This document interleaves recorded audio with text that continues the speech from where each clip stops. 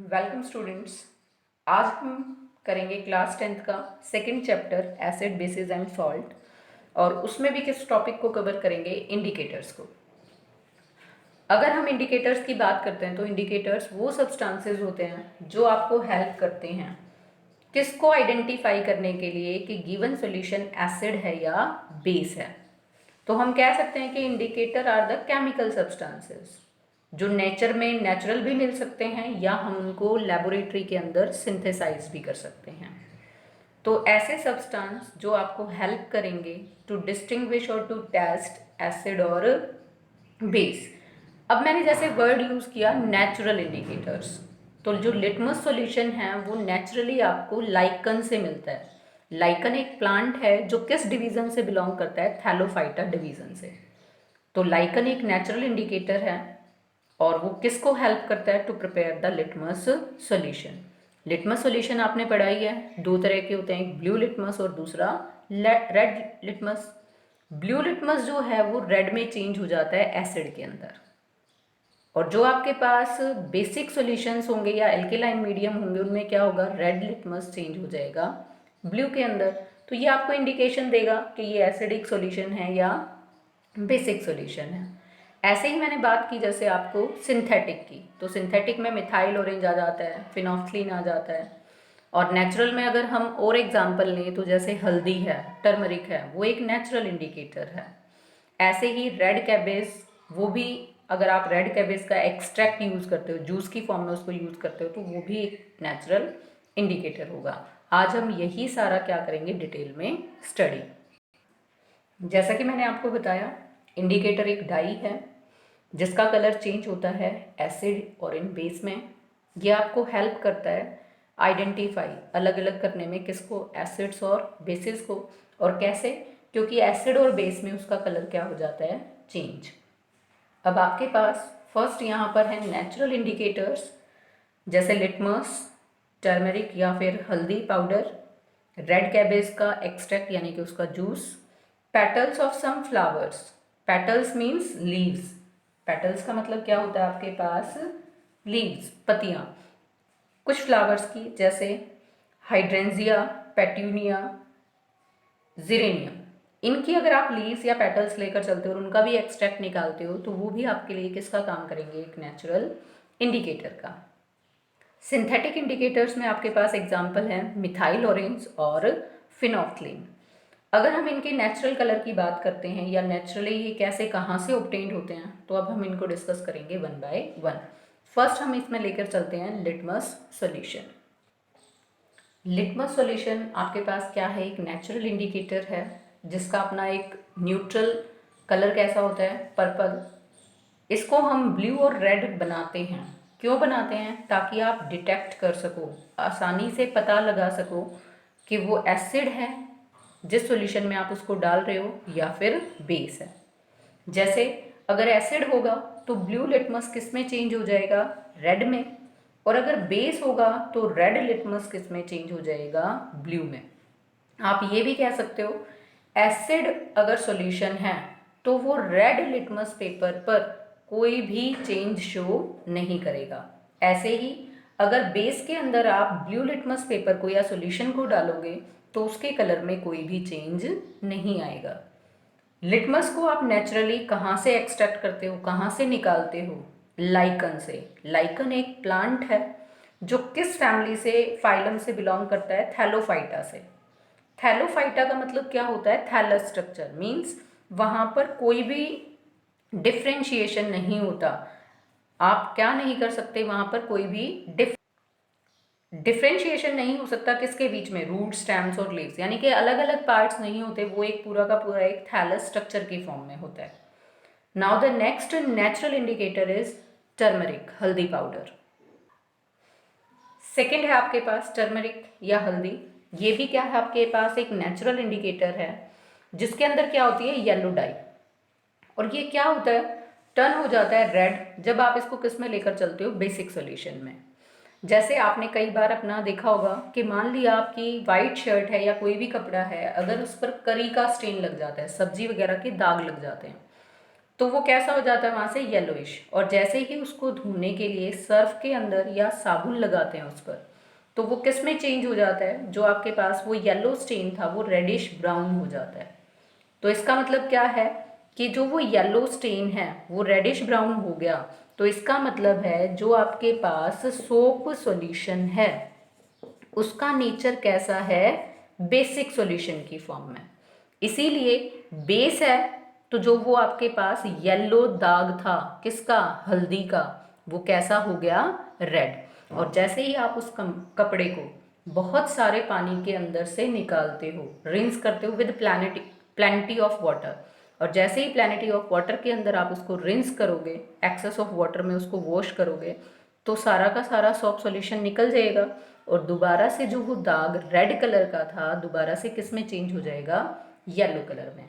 तो इसका मतलब क्या है, जो टर्मरिक है वो भी एक नेचुरल इंडिकेटर है जिसमें एक येलो डाई होती है, और जो रेड में चेंज हो जाता है जब आप उसको बेसिक सॉल्यूशन के अंदर डिप करते हो।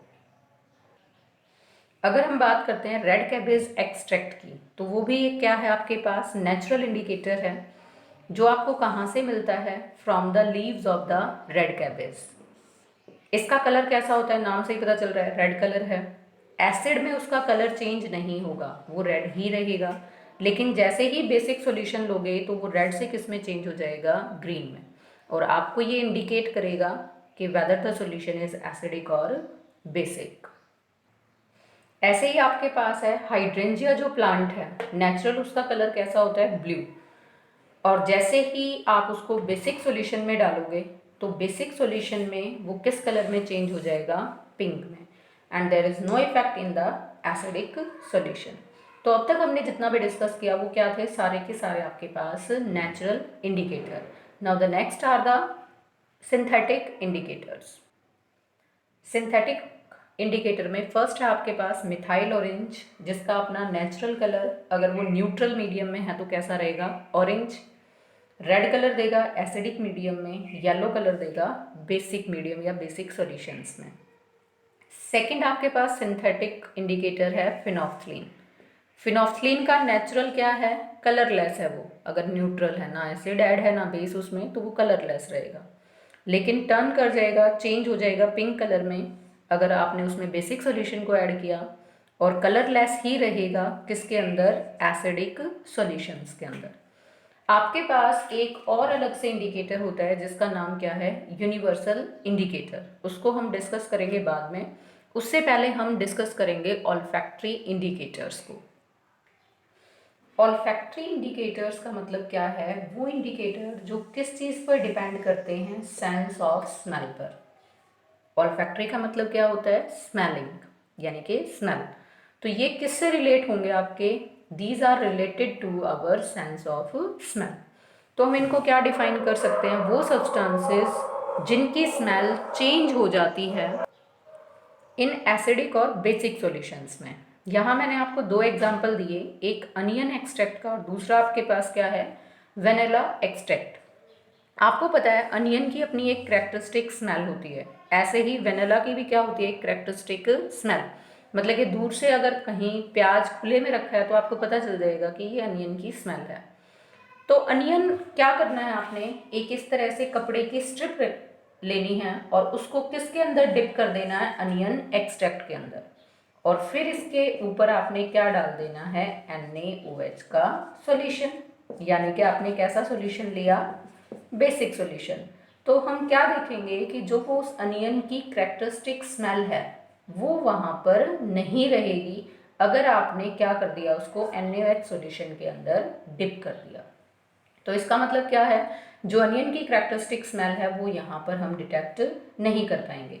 दूसरा हमने क्या करना है, अनियन एक्सट्रैक्ट के अंदर एक कपड़े को, छोटे से कपड़े के टुकड़े को आपने भिगोया और फिर आपने उसको किसमें डाल दिया, HCl एसिड के अंदर। यानी कि अब की बार हमने क्या लिया, एसिडिक सॉल्यूशन। तो हम देखेंगे कि जो अनियन की करेक्टरिस्टिक स्मेल है वो एज इट इज है, वो स्मेल को डिस्ट्रॉय नहीं कर सकता।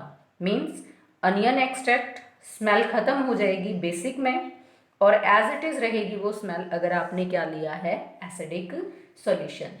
सेम ऐसे ही वेनिला जो है आपके पास उसकी एक प्लीजेंट स्मेल होती है, काफ़ी अच्छी सी स्मेल होती है। वो स्मेल बेसिक सॉल्यूशन में सेम वही हमने क्या लिया, NaOH। अगर हम वेनिला एक्सट्रैक्ट के अंदर NaOH को डाल देंगे तो जो उसकी वो प्लीजेंट सी स्मेल है वो आपको महसूस नहीं होगी, वो डिटेक्ट नहीं होगी। लेकिन अगर आपने वेनिला के एक्सट्रैक्ट के अंदर किसको डाला, एसिड को, HCl, तो जो वो स्मेल है वो डिस्ट्रॉय नहीं होगी। मीन्स आपको वेनिला की वो जो प्लीजेंट स्मेल है एज इट इज़ आपको आती रहेगी। तो इस तरह के जो आपके पास इंडिकेटर हैं जो स्मेल के बेसिस पर काम करते हैं वो क्या कहलाते हैं, olfactory indicator. Now it's time for the universal indicators. अभी तक हमने जितने भी इंडिकेटर्स की बात की वो नेचुरल इंडिकेटर्स थे या फिर आपके पास सिंथेटिक थे या फिर ऑल्फैक्टरी इंडिकेटर्स थे। वो सारे के सारे इंडिकेटर्स आपको सिर्फ ये बताते हैं कि गिवन सॉल्यूशन एसिडिक है या बेसिक है। कोई भी हमें ये नहीं बताता कि जो गिवन सब्सटेंस है वो स्ट्रॉन्ग एसिड है, वीक एसिड है, स्ट्रॉन्ग बेस है या फिर वीक बेस है। तो अगर आपको स्ट्रेंथ के अकॉर्डिंग डिस्टिंग्विश करना है गिवन एसिडिक और बेसिक सॉल्यूशंस को कि whether they are strong acid, strong base, weak acid और वीक बेस, तो वहाँ पर आपको किसको यूज़ करना पड़ेगा, यूनिवर्सल इंडिकेटर को। जनरली जो यूनिवर्सल इंडिकेटर है वो मिक्सचर है, एक मिश्रण है बहुत सारे इंडिकेटर्स का, बहुत सारे डाइज का, जो आपको अलग अलग कलर देता है अलग अलग पीएच वैल्यूज पर। अब यहाँ पर हमने एक नई टर्म यूज की, that is the pH value. जैसा अभी मैंने आपको बताया कि जो कॉमन इंडिकेटर्स हैं जैसे लिटमस, टर्मरिक, मिथाइल ऑरेंज या फिर फिनोल्फ्थलीन, ये आपको नहीं बताते किसके बारे में, रिलेटिव स्ट्रेंथ्स के बारे में, एसिड्स और बेसिस की। रिलेटिव स्ट्रेंथ का मतलब क्या है आपके पास, मीन्स वो आपको कोई इंडिकेशन नहीं देते कि एसिड वीक है या स्ट्रॉन्ग है, बेस वीक है या स्ट्रॉन्ग है। तो अगर हम रिलेटिव एसिडिक और बेसिक स्ट्रेंथ को जानना चाहते हैं, जैसे अगर मैं इन इंडिकेटर्स को टर्मरिक, मिथाइल ऑरेंज, फिनोल्फ्थलीन किसी को भी यूज़ करती हूँ तो वो मेरे को ये तो बता देगा कि गिवन एसिड है, लेकिन ये नहीं बताएगा कि गिवन एसिड आपके पास सल्फ्यूरिक एसिड है या फिर विनेगर है। विनेगर हम किसके लिए यूज़ करते हैं, एसिटिक एसिड के लिए। और जो पिछली वीडियो थी उसमें मैंने आपको बताया था कि जो H2SO4 है, सल्फ्यूरिक एसिड है, वो स्ट्रॉन्ग एसिड है, और जो विनेगर है यानी कि एसिटिक एसिड है वो कैसा एसिड है, वीक।